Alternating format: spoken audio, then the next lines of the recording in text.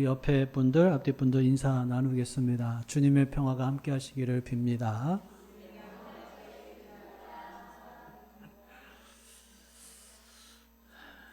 우리가 보면은 드라마나 영화를 보면 보통 주연 배우 그리고 유명 인물들의 그 이름만 오래 남죠. 보통 주인공만 기억을 합니다. 그런데 그 주연이 되기까지는 보면은 이름 없이 빛도 없이 뒤에서 묵묵히 돕는 사람들이 반드시 있지요. 그들의 수고가 없었다면 주연되지 못했을 것입니다.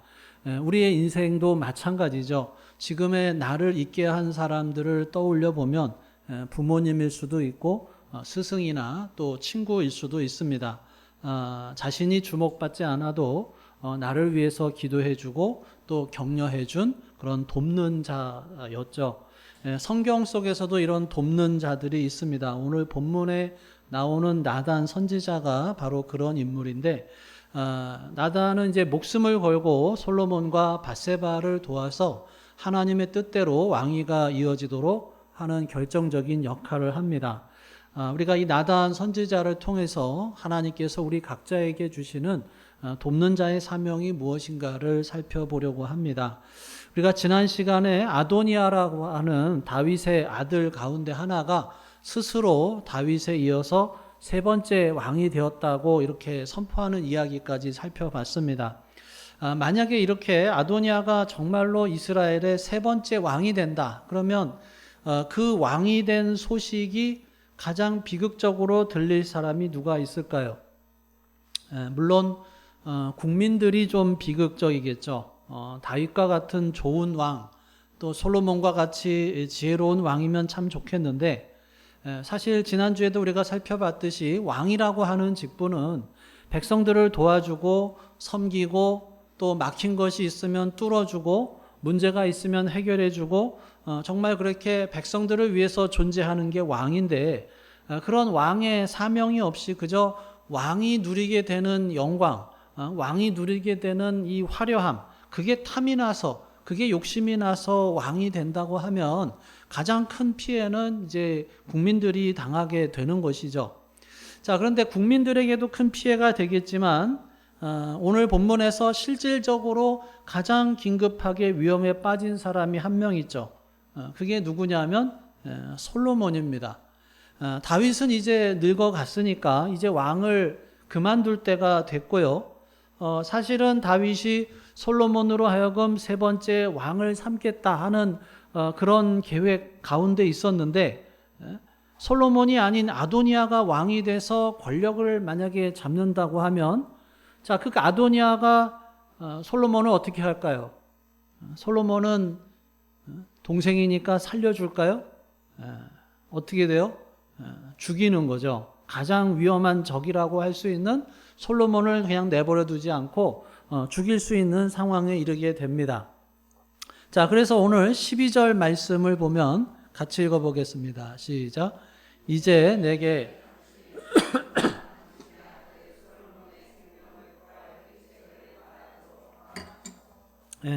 나단 선지자가 다 밧세바에게, 솔로몬의 어머니 밧세바에게 와서 하는 이야기가 뭐냐면, 아도니아가 왕이 되겠다고 지금 이러고 있는데, 이 위급한 상황에서 밧세바의 생명을 구하고 솔로몬의 생명을 구할 계책을 말할 수 있게 해달라고 말하는 걸로 봐서 이 나단 선지자도 지금 뭘 느꼈냐면, 아도니아가 왕이 되면 제일 먼저 누구를 죽인다? 솔로몬을 죽이고 밧세바를 죽인다라고 하는 사실을 알고 있기 때문에 이 나단 선지자가 와서 이야기를 하고 있는 거예요. 자, 근데 문제는 아도니아가 왕이 되겠다라고 하는 그 사실을 다윗도 모르고 솔로몬도 잘 모르고 밧세바도 잘 모르고, 그리고 솔로몬과 밧세바도 그렇고 이 문제를 어떻게 해결해야 될지 모르는 그런 난감한 상황 가운데 있었다라고 하는 거예요. 근데 그때 나타난 사람이 누구냐? 바로 나단이라고 하는 거죠. 오늘 본문에서 다 읽지는 않지만 결국에는 솔로몬이 왕으로 세워지게 되는 그 결정적인 역할을 하는 사람이 누구냐? 바로 이 나단 선지자예요. 나단 선지자는 밧세바에게 아도니아가 왕이 되려고 한다는 사실을 알리고 그리고 솔로몬을 왕으로 세우기 위한 계획을 실행에 옮기게 됩니다. 밧세바로 하여금 다윗 왕 앞에 찾아가라고 얘기를 하라는 거예요. 그리고 밧세바로 하여금 다윗 왕에게 하소연하라고 말하는 것입니다. 왜 다윗에게 알리느냐? 이 문제를 해결할 사람이 다윗밖에 없는 거예요. 솔로몬은 아직 아도니아를 대적할 만한 힘이 없어요. 물론 우리가 알듯이 솔로몬은 지혜의 사람이긴 한데 아직은 이 세력이 없는 거예요. 도와주는 사람이 없어요. 솔로몬과 함께 하는 사람들이 별로 없습니다. 그런데 아도니아에게는 벌써 사람들이 몰려들기 시작하는 것이죠. 사람들이 참 예민해서 누가 권력을 잡느냐에 따라서 그 권력을 잡는 사람들 주변으로 사람들이 몰려들게 돼 있고 또 몰려들면서 충성 경쟁을 하고 그러면서 세력이 점점 커지죠. 그래서 아도니아의 세력이 점점 커지는 그 상황 가운데서 솔로몬은 이제 위험한 상황 가운데 있었기 때문에 이 문제를 해결할 수 있는 사람이 누구냐? 다윗 왕이죠. 비록 늙고 힘이 없고 모든 것이 연약하지만 그 다윗 왕 앞에 이야기하게 만들었고 그러면 가서 다윗 왕 앞에 가서 이야기를 하면 나단 선지자가 들어와서 도와주겠다라고 하는 그 이야기를 이제 오늘 본문 가운데 있는 것입니다. 근데 사실 이렇게 나단 선지자가 솔로몬을 도와주는 것은 아주 위험한 일이죠. 만약에 이 사실을 아도니아가 알면 어떻게 될까요? 나단 선지자도 아도니아가 죽일 수가 있는 거예요.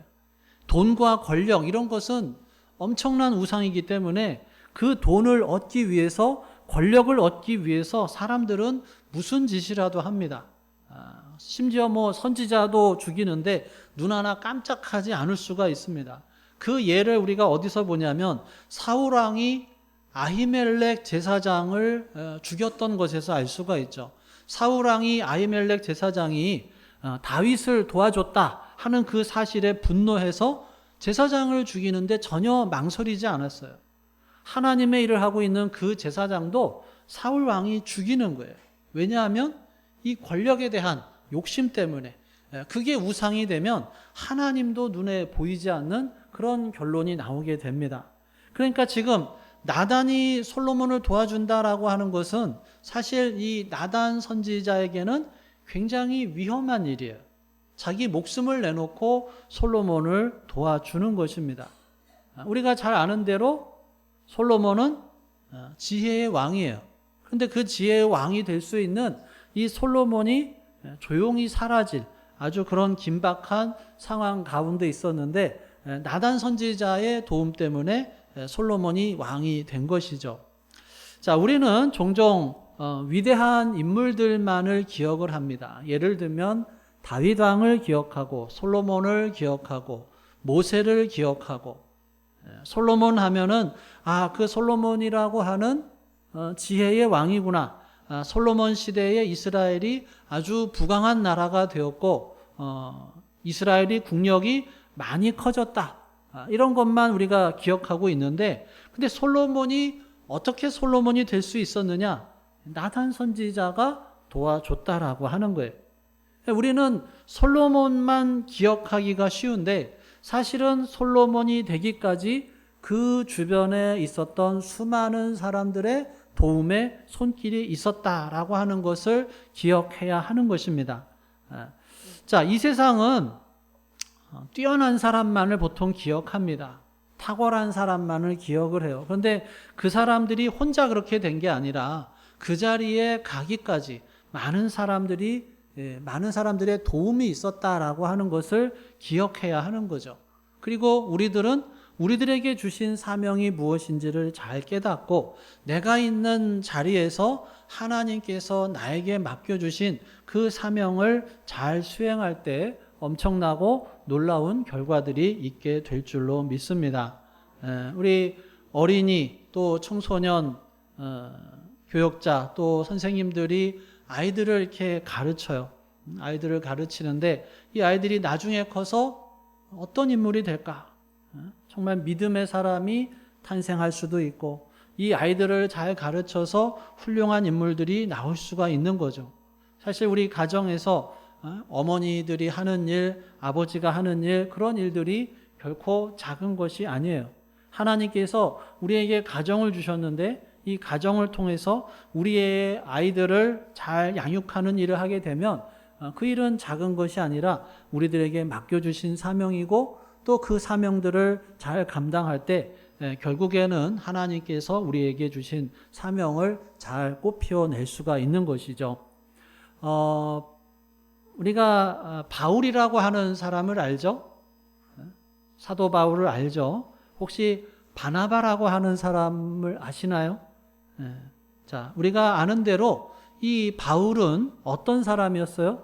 교회를 굉장히 핍박하던 사람이었어요. 그런데 교회를 핍박하던 그 사람이 어느 날 예수님을 만난 이 다음에 그리고 이제 회심을 해서 교회 안에 들어와서 함께 신앙생활을 하겠다라고 하니까 예루살렘 교회에 있는 성도들이 바울을 보면서 어떻게 했을까요? 환영했을까요? 의심의 눈초리로 바라봤을까요? 의심의 눈초리로 바라보는 거죠. 저 사람이 얼마 전까지만 해도 교인들을 핍박하고 잡아가던 그런 사람인데 어느 날 갑자기 와서 예배를 드린다고 하니까 여기 와서 우리 정보를 캐려는 거 아니야? 이런 의심의 눈초리를 가질 수가 있죠. 그런데 그때 바나바라고 하는 사람이 이 바울을 데리고 다니면서 이 사람 저 사람에게 소개해 주는 거예요. 이 사람이 예수님을 만났어요. 이 사람이 하나님을 체험하게 됐어요. 그래서 하나님께서 이 사람에게 사명을 줬어요. 그래서 그 바울이라고 하는 사람을 예루살렘 교회에 잘 정착할 수 있도록 도와줬고 그렇게 잘 정착할 수 있도록 바나바라고 하는 사람이 바울을 도와줬기 때문에 나중에 바울은 전 세계에 복음을 전하는 사람으로 성장할 수가 있었다라고 하는 거예요. 하나님께서 우리에게도 이런 사명을 주셨습니다.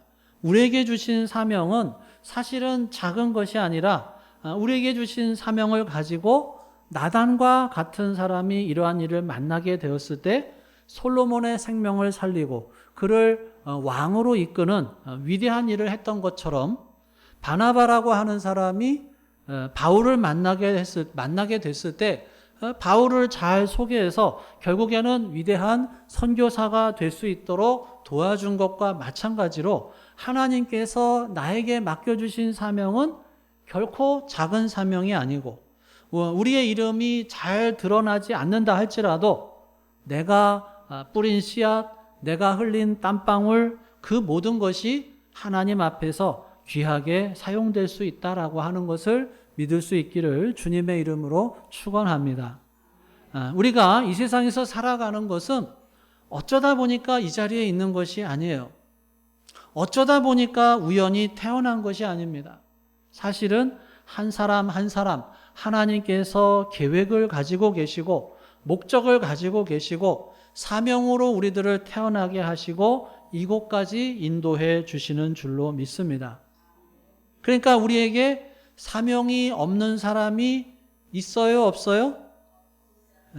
다 사명이 있어요. 나는 이제 나이도 들었고 기운도 없고 무슨 사명이에요? 우리 70 넘으신 분들만 한번 대답해 보셔요. 사명이 있어요, 없어요? 있어요. 무슨 사명? 옛날과 같은 그런 사명은 아니지만 기도하는 사명이 있죠. 또 따뜻한 말 한마디 해줄 수 있는 사명이 있어요. 내 옆에 있는 사람에게 잘했다고 고맙다고 말할 수 있는 그런 사명이 있는 거예요. 우리의 사명이 뭐냐? 사명이 없다고 생각할 게 아니라 하나님께서 나에게 맡겨주신 사명이 뭔지를 잘 찾아야 돼요. 우리의 사명은 어떻게 알 수가 있느냐? 첫 번째는 나에게 주어진 것이 사명이에요. 내가 가지고 있는 게 사명이에요. 나에게 있는 게 뭐예요? 건강이 있고 물질이 있고 재능이 있고 시간이 있고 말을 할 수 있는 능력이 있고 따뜻한 손이 있고 그리고 많은 경험들이 있어요. 심지어는 때로는 좋지 않게 보였던 아주 나쁜 경험들도 사실은 아무런 의미 없이 우리들에게 주어진 것이 아니라 사실은 그것들을 통해서 하나님께서 우리에게 맡겨주시는 사명들을 행할 수 있게 만들어 주신 것입니다. 내가 옛날에 실패했던 그런 경험들은 의미 없는 것이 아니라 사실은 똑같이 실패한 다른 사람들에게 위로해주고 힘을 주라고 하는 그런 의미에서 우리에게 사명을 주신 것이기 때문에 우리가 가지고 있는 모든 것들이 바로 사명이다라고 하는 것을 기억할 수 있기를 간절히 바랍니다. 그래서 집에 가서 한번 나에게 뭐가 있느냐 한번 적어보세요. 뭐가 있는지. 볼 수 있는 눈이 있고 들을 수 있는 귀가 있고 만질 수 있는 손이 있고 무엇보다도 지금 살고 있어요. 생명이 있어요. 지금까지 우리가 가지고 있는 모든 것들이 의미가 없이 우리들에게 주어진 것이 아니라 우리가 가지고 있는 모든 것들은 어느 것도 아무런 이유 없이 준 것이 아니라 사실은 하나님께서 나에게 은사로 주신 것이고 사명으로 주었다라고 하는 것을 기억하면서 나에게 있는 것이 무엇인가, 더 나아가서 이 있는 것으로 나는 무엇을 위한 사명으로 이것을 가지고 있는가 질문할 수 있는 우리 모두가 될 수 있기를 간절히 바랍니다. 자, 두 번째로 우리가 사명을 발견할 수 있는 것은 우리가 처한 상황이죠. 성경에 보면 사마리아 사람이 길을 가다가 강도 만난 사람을 만나죠. 그렇게 강도 만난 사람을 만나게 됐을 때 제사장과 레위인은 그냥 이거는 내 사명이 아니다라고 생각하고 그냥 지나쳤어요. 근데 사마리아 사람은 어때요? 저 사람은 강도 만난 사람이고 나하고 관계없는 사람이 아니라 나에게는 2데나리온이 있고 나에게 포도주가 있고 낙타가 있고 싸멜 헝겊이 있고 그래서 이 사람을 치료해주고 이 사람을 여관에 데리고 가서 도와줄 수 있는 능력이 있으니까 도와줘야겠다 생각하고 도와준 거예요. 뿐만 아니라 열왕기서에 보면은 사마리아 성문 앞에 4명의 나병 환자들이 그곳에 있었죠.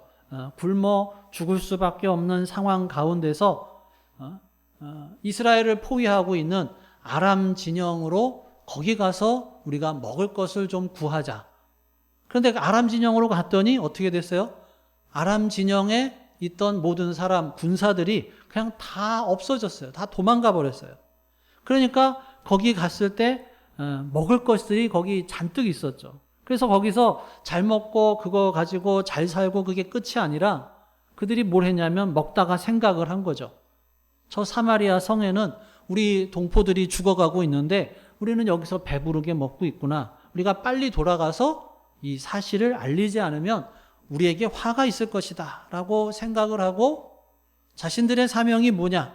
여기에 먹을 것이 있다라고 하는 것을 발견했다면 그것이 우리의 사명이다라고 생각하고 사마리아 성에 들어가서 그 사실을 알리게 됐죠. 그러니까 우리의 사명이 뭐냐? 우리가 처한 상황, 우리가 만나게 되는 사람, 우리가 있는 바로 그곳이 우리의 사명이다라고 하는 것을 기억하면서 그 사명들을 잘 감당해 나가야 될 줄로 믿습니다. 자, 마지막으로 우리가 사명을 발견할 수 있는 건요, 우리의 마음이 가는 거예요. 사람들은 다 똑같이 봐도 보이는 게 있고 안 보이는 게 있어요. 똑같이 보는데도 어떤 사람 눈에는 특히 이렇게 어질러져 있는 게 눈에 거슬리게 보여요. 어떤 사람은 아무렇지 않은데 왜 그게 보일까? 그 어질러져 있는 것을 보고서 욕하라고 눈에 보이는 것이냐? 그게 아니라 눈에 보이는 것은 나에게 주어진 사명이다라고 하는 거예요. 내게 보이는 것이 있다. 내가 마음에 가는 것이 있다. 그러면 그게 사명이라는 거예요. 우리 교우들 가운데 누가 참 힘들어하는 사람이 있구나. 그게 신경이 쓰이면 왜 저 사람한테 아무도 신경을 안 써줘? 이게 아니라 내가 신경을 쓰라고 하는 거죠. 우리가 가지고 있는 사명들은 각각 다릅니다. 어떤 사람은 5달란트, 어떤 사람은 2달란트, 어떤 사람은 1달란트만 맡긴 것처럼 우리들의 사명이 다 다르고 해야 할 일도 다 달라요. 다른 사람과 비교하면서 저 사람은 이만큼인데 왜 나는 요만큼밖에 안 돼? 자꾸 비교하면서 불평하고 혹은 만족할 것이 아니라 나에게 주어진 사명이 뭔가를 생각하면서 그 사명을 감당해야 하는 것입니다.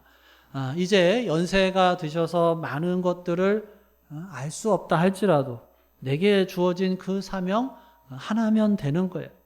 엄마로서의 사명, 아버지로서의 사명, 또 교회에서 맡은 사명, 하나님께서 내가 처한 그 상황에서 할 수 있는 사명들을 잘 감당해 나가면 된다고 그 사명을 감당하고 결과는 누구에게 맡기는 거예요? 하나님께 맡기는 거예요. 고린도전서 3장에 나는 심었고 아볼로는 물을 주었으되 오직 하나님께서 자라나게 하셨나니 그런즉 심는 이나 물 주는 이는 아무것도 아니로되 오직 자라게 하시는 이는 하나님뿐이니라.